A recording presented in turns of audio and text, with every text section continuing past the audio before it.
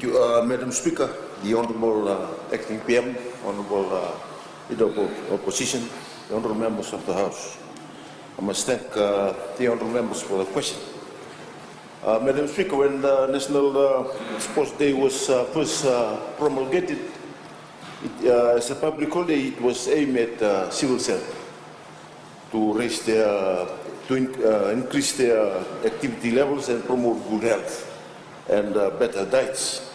Last year, the public holiday was changed to National Sports and Wellness Day by Cabinet, and the focus has now changed to involve all Fijians, not only civil servants. Even more opportunity, importantly, we are now focusing on getting the civil servant to support our communities, getting active and having fun on this day as another aspect of our government outreach programs.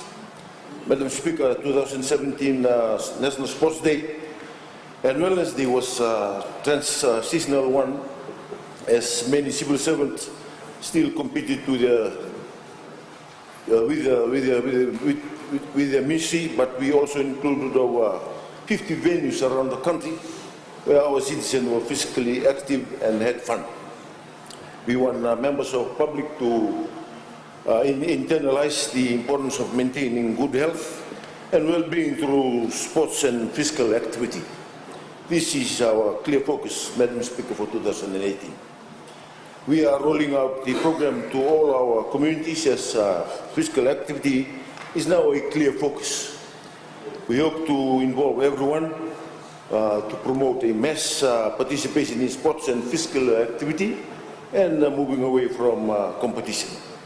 Madam Speaker, a national coordinating team, coordinating committee liaises very closely with the divisional committees.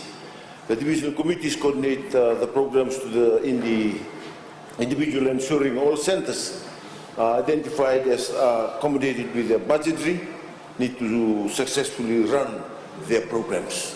Madam Speaker, currently the Ministry, with its stakeholder, the National Sports and Wellness Day, finalizing the location of the celebration. The stakeholders include municipal councils, schools, sports facility, and the owners. They are earmarked as venues of the celebration.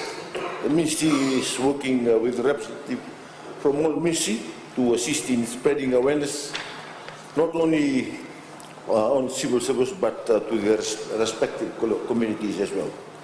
Madam Speaker, the National Coordinating Committee is also working closely with the Ministry of Information in promoting the whole month of June as the Wellness Month, with the celebration on the 29th of June 2018.